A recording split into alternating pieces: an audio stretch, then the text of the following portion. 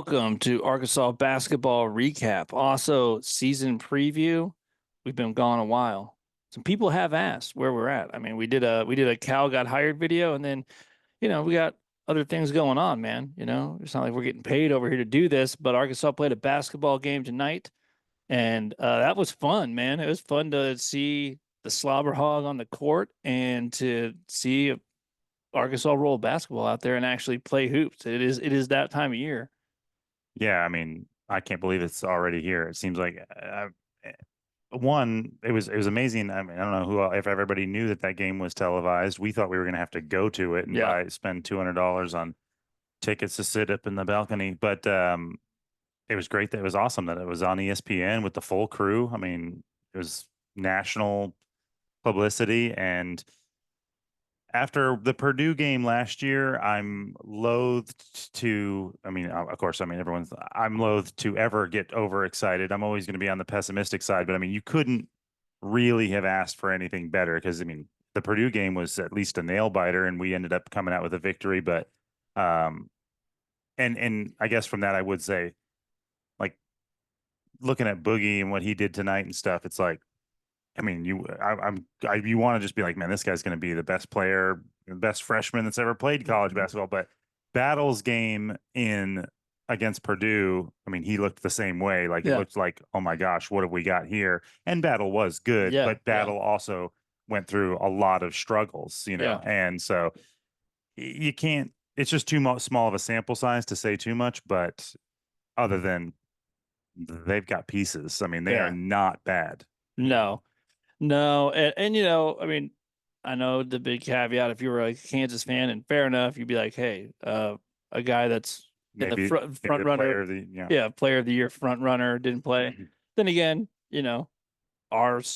presumably our starting center didn't play, so he did, and that was a battle that I think everyone would like to see. You got this guy that in Jonas Adu that's, known to be a defensive post presence against, Hunter Dickerson, who's like awesome. And that would have been fun to see. But so, they don't have theirs, we don't have ours, and you play with what you got. But, and, like second half wasn't like as exciting as the first half because it got a little sloppy and, Arkansas was up by 18, I think, at one point.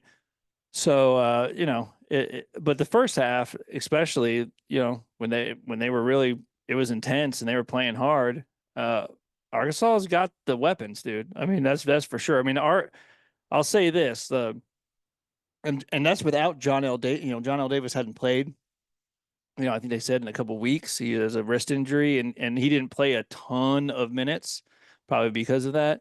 And looked like maybe he hadn't played in a little bit. Mhm. Uh, and so if you'd have told me that, I'd have been like, oh man, like that's not good going up against Kansas, who's got a million pieces. And uh, but Boogie Fland and DJ Wagner look like, I mean, and I assume that Nelly Davis can be very good. And you put those three together, like your backcourt looks really good. And I was surprised because I thought DJ Wagner was gonna play the one when he was on the floor, and for the bulk of the time, if Boogie was on the floor, he was running the point guard spot. Yeah, I mean, like I said, who knows? Like we've seen so much change. Although, Muss is a little bit of a different character than Calipari is, but looking at just tonight, it looked like everybody was deferring to Boogie. Like Yeah. he was the running the show. I mean, and Wagner looked really good too, but it still looked like he was the, second option Yeah. um most of the time. And I mean, they're definitely looking for Boogie to get the action going, Hmm. and yeah, I But mean, just all that speed, dude. I mean, he kind of looks like the kind of player. You gotta remember, this guy's playing high school basketball last year, and he's I playing can't against imagine he's playing against Kansas. I mean, that's crazy.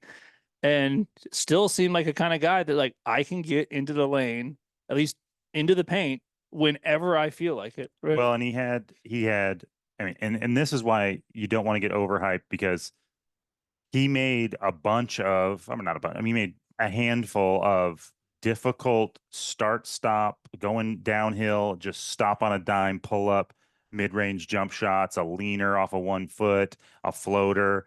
And, there's a version where you have a bad night and all of those miss, Yeah. then those look like, forced, like a little bit forced, or like you're, So who knows? But if he can continually make those at a high clip, and along with his ability to finish at the rim, like, I mean, yeah, it's going to be impossible to stop him. Now, it would have been nice to see the big guys down there, and I do think it's very possible that when you have, if they had had their main big man, they might not have been so guard centric Mm, as far as like all the layups being made on the mm. inside once you get past the primary defender, but not everybody has that player either. So like it's not, I mean, it might look a little different against Kansas on maybe you have to go more in the post or get your big man to do more screen and roll, but like not everybody's got what Kansas has. So Yeah. like that is what it's going to look like against a lot of teams. Yeah, well, so we could talk. So I guess we didn't say this. Arkansas won 85-69. The game was not really I mean, it was not that close after the first quarter. Arkansas kind of got a lead and just kept building on it. Uh, so just kind of talking about the players. Yeah, Boogie Fland looks like the real deal. I have no. I'll put it this way. I mean, like, I'm not saying he's going to go out there and drop 22. I think he had 22 tonight. I'm not saying he's going to average 22 points a game this season, but He might. he might. I mean, honestly, that's the thing is, yeah, you wouldn't expect it, and that's the thing I would caution against. I mean, he played very, very, very well. I'll put it this way. He's not going to be a bust. No, but like I said, he may do what most freshmen do, which is once there's more film on him and stuff. I mean, there may be some coaches that figure strategize all week and even self slowed him down a little by Mhm. taking Harris off of him and Yeah. putting that smaller, just like harass him defender. Although, I mean, the game was kind of, Yeah. it's hard to know what that would have been like if he'd started that in the beginning. But so he may, I mean, he's likely to struggle. He's likely not to play like that all the time. But I mean, what can you do? I mean, the information that we have so far is he looks amazing. Yeah. So Yeah. Against he's not gonna be playing better athletes than that. no. I mean, that was one of the things that was crazy is that he was doing that with Harris guarding him That's most the of the night. thing. It was That was wild. what was impressive. And like I said, all those caveats in there. Harris is an amazing point guard. Yeah. I mean, he's a 6-year guy. He's arguably in contention for one of the best point guards in the country. Yeah. And he's a good defender. He's a good scorer, and he still did play pretty well. I mean, he got his. I mean, it wasn't outstanding, but I mean, he got what he scored on the offensive side quite a bit. I'm not sure what he ended up with, but I know 20 something points. yeah. Yeah. And but I mean, there was a stretch there where Boogie was just like completely had his number. I mean, had him frustrated on defense, had him frustrated on offense. I mean, and that was I mean, I would say the thing that I think it's always hard to on a one game sample extrapolate anything long term offensively because anybody, I mean, we've seen it. Anybody can get hot for a Yeah. night. Yeah. Players can look totally different over the stretch of 6 games or something like that. But something that usually does transfer pretty well, especially against high level competition like that, is the defense. And the defense looked really, really good. I mean, it looked solid at all the way around, and it's going to get better once we get. I mean, you have to forget. Yeah. Once you get Jonas back in there, yeah. And it's going to take me Jake's 10 games. the worst with names It's in the going to history of the world. take me 10 games to get everybody's name down where it's just like snapping like that. I still have Battle and I've still got names from 5 years ago that I'm trying to forget. Jake's going to be talking to you about Jimmy Witt. Yeah. But I mean, so the defense looked really good. I mean, you could see it in the scoring. Like, I mean, if you can hold the number one team in the country to what they end up with 69. In the 60s, it's not like, I mean, dude, the thing is too, I was worried coming into this that because there was some people had talked about how they were, Bill Self and Calipari were friendly and talking about they were going to sub a lot and they were going to try different things at the end of each quarter or whatever. And I wasn't sure how competitive it was actually going to be, but it was competitive. Those guys were playing. Yeah. I mean, they were jumping into the stands trying to get loose balls. They were getting chippy with each other. They were getting in each other's faces. I mean, we were talking about like they were Boogie Fland's up in Harris. It just keeps bumping Harris over and over. Bumping him, and like I kept thinking, well, he must be about to bump him and then step aside and try to get the inbound. It's like they're just bumping each other walking around out there. And so, I mean, in Kansas, I mean, yeah, they were on the road, but like those guys wanted to win, and they're good ball players and they wanted to score. It's not like they didn't want to score. Yeah. Yeah. And those guys, I mean, the perimeter defense was really good. Like the inside game was a little hard to know because Yeah. it was a little disjointed. But I mean, Big Z's, what did he end up with? 18. 18 points. Like he's great.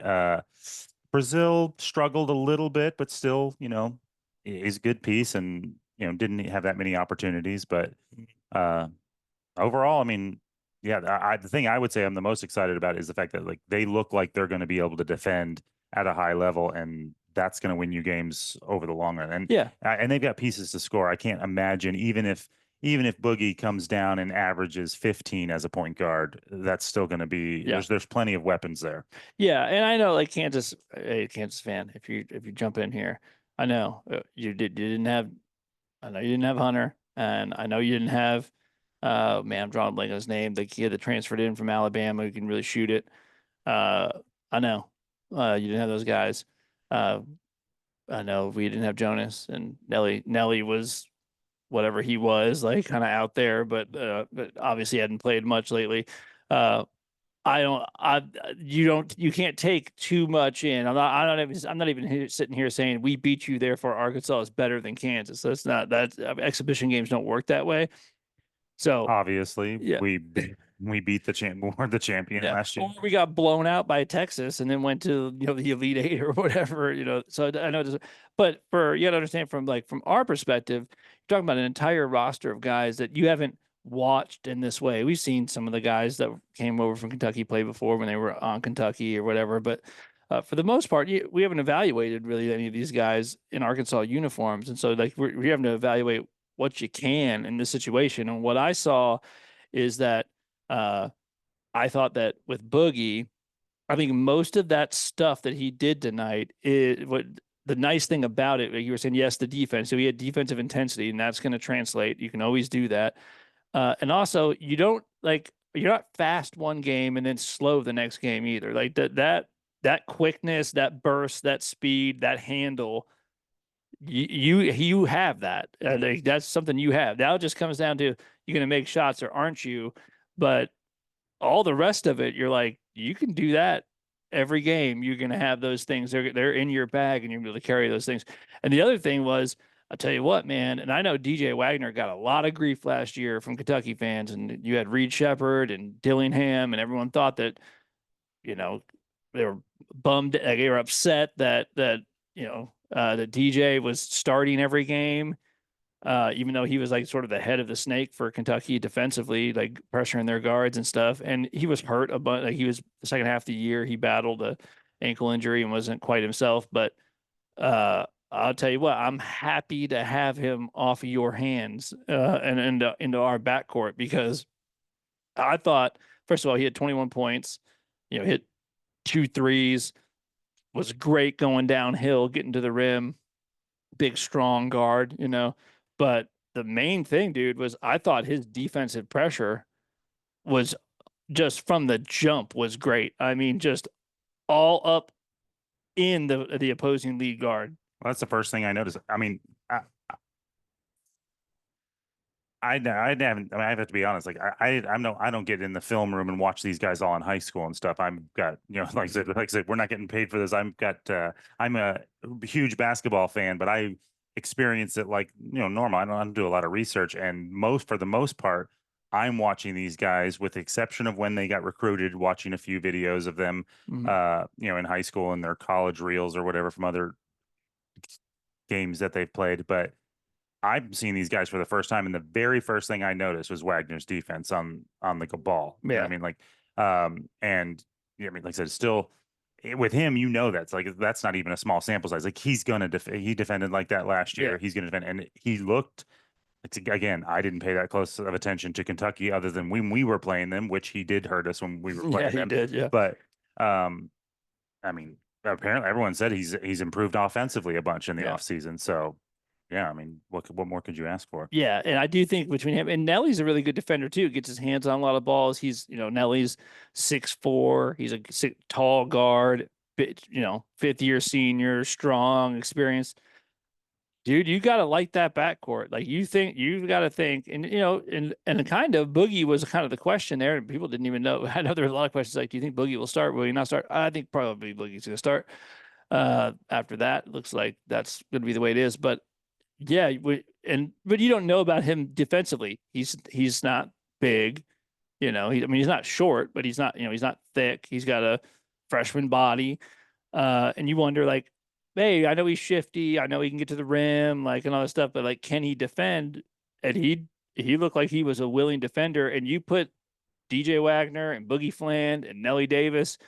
I like the kind of ball pressure you could do that. And I think you saw some of that. There were a lot of possessions, especially the first half, where they just didn't let Kansas get into anything. I mean, they were just making guys want to get rid of the ball.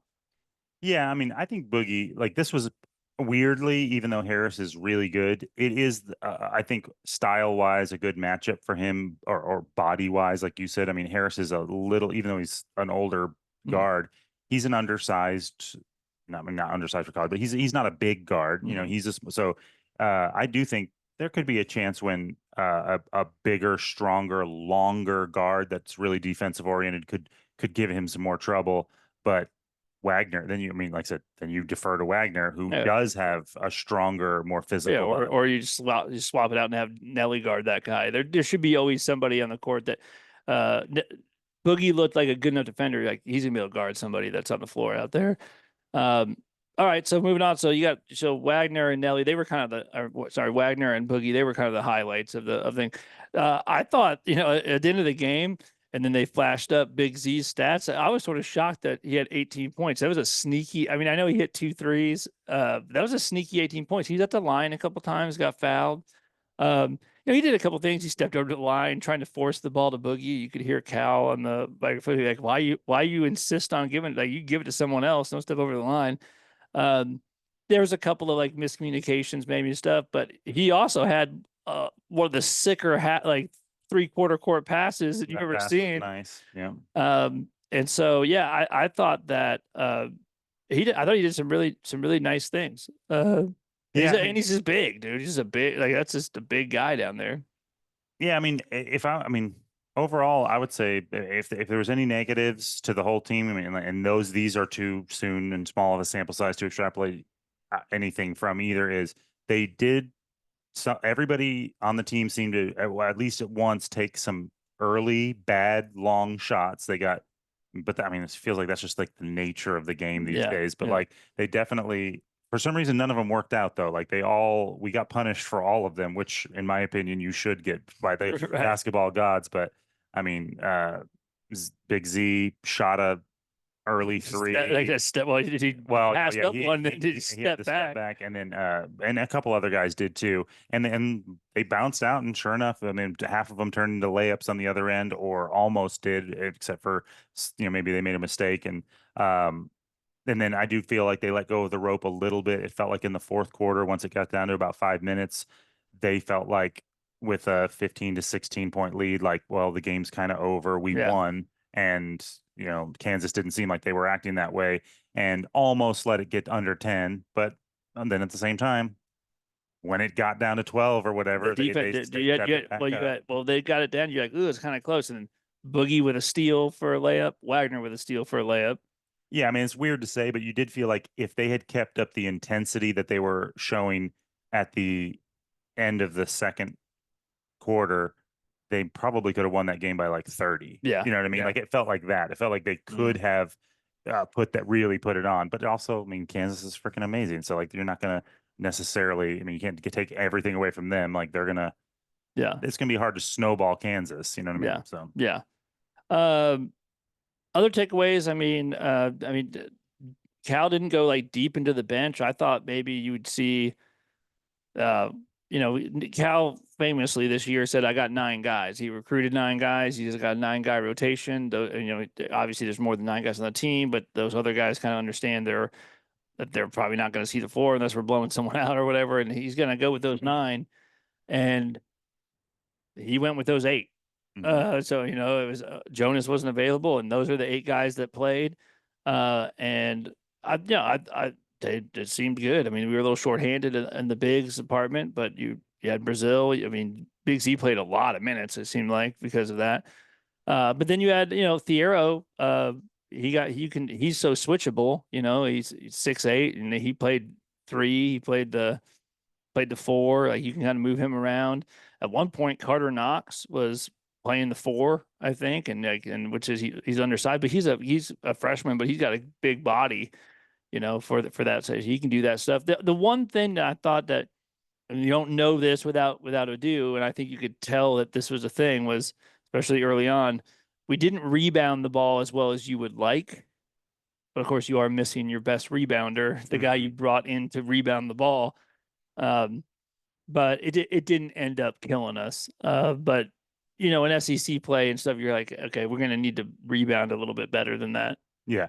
Well, I mean, in the first quarter, we were playing really good defense, but the game was staying even, and it was because they were getting second chance points. And when they would get those rebounds, it'd be like really great defense. And then, like always, when you don't secure the rebound, then you're all scattered, and then they get, they were getting easy By the way, buckets. Coach Cal knew it too. Yeah, that was what was cool. Is Coach Cal immediately went to the bench and was like, "Who's going to rebound?" And I mean, and right after we were saying like, "God dang, if we could rebound, Yeah. we'd be up by 8 points."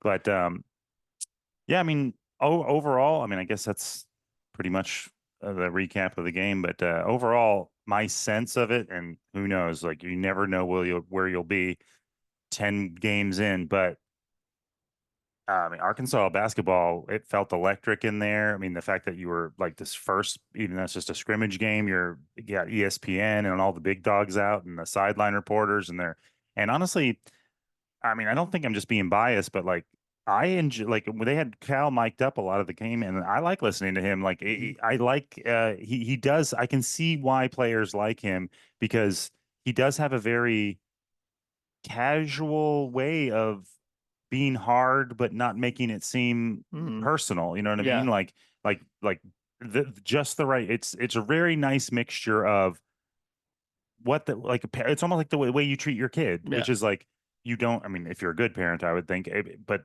where you're being hard on them, you're like, what are you doing? Like that, you can't back like that. Well, we've talked about this. Yeah. Come on, get out there. Like, you know what I mean? But not just screaming at them and I mean, which there's a style that works for, the throwing chairs and stuff. That works sometimes, but I really enjoyed watching it. And honestly, I just was looking and going, man, I mean, we said this when we were watching. I was like, I feel like Kentucky made a huge mistake. Now, maybe not for them because it did seem like it was a little stale between Cal and the fan base there and vice versa. And maybe they needed both to move on. But I'm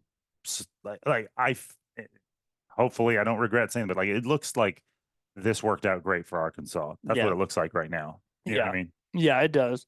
Yeah. Especially moving into this new age with as whether love it or hate it, it's the way the game's being played now with the money and everything.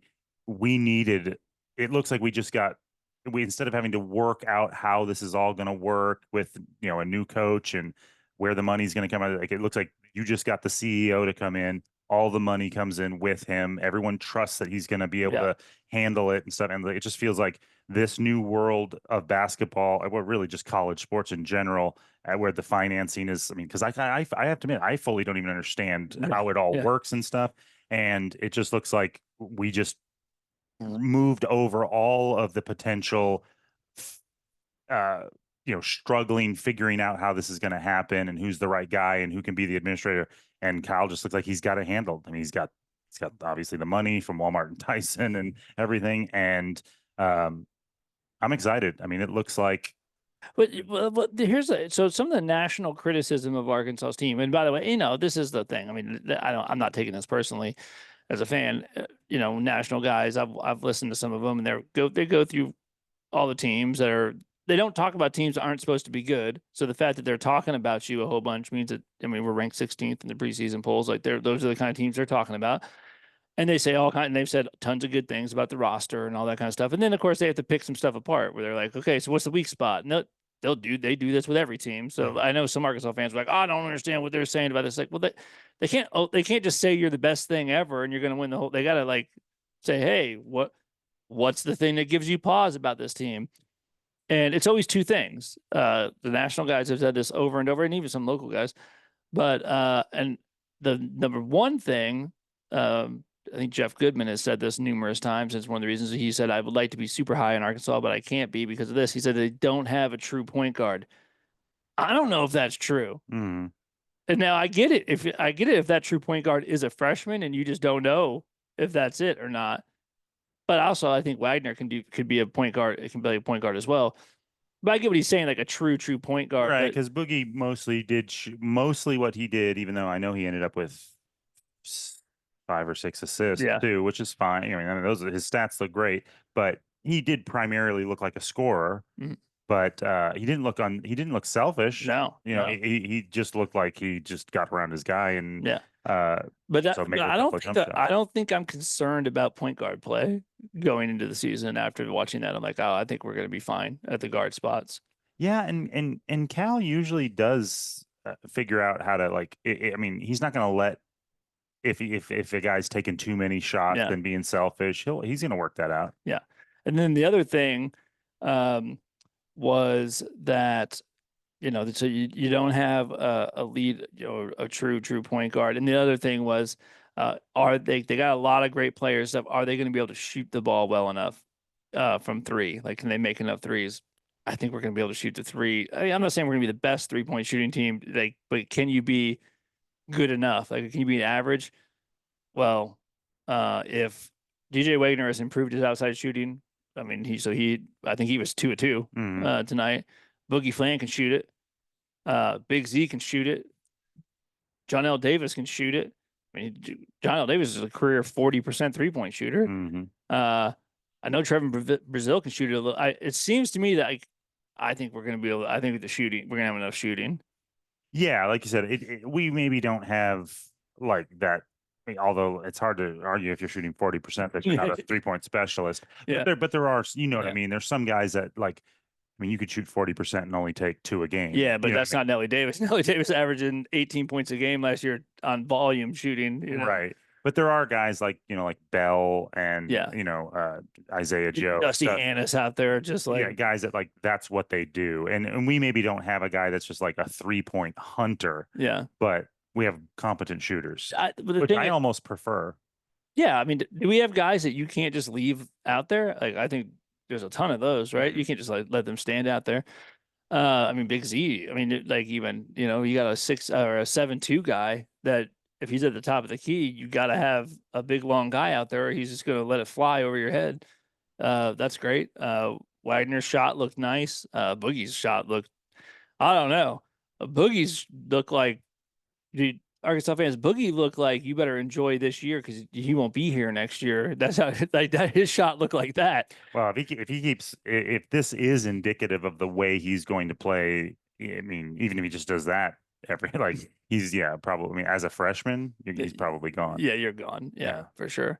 But I mean that's the guys Cal's that's the freshman Cal gets. Yeah. Cal mostly gets freshmen that play 1 year. yeah, yeah. Yeah. But yeah, man. So overall, I think I'm excited for regular season. I mean, we can talk a little bit, just real briefly. Great schedule.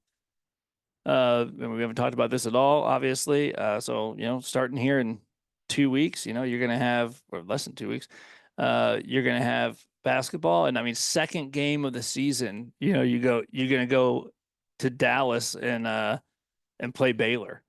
Yeah, we're gonna know something. Yeah, you're going. I mean, like, so you're gonna play who I can't remember who we played, Lipscomb or whoever it is, um, first, and then you're gonna go play Baylor, and then like you've got. I mean, before you ever get into conference play, you've got Illinois, you've got Michigan, you've Well- got Miami, you got all these games, and they're all like either neutral site or on the road.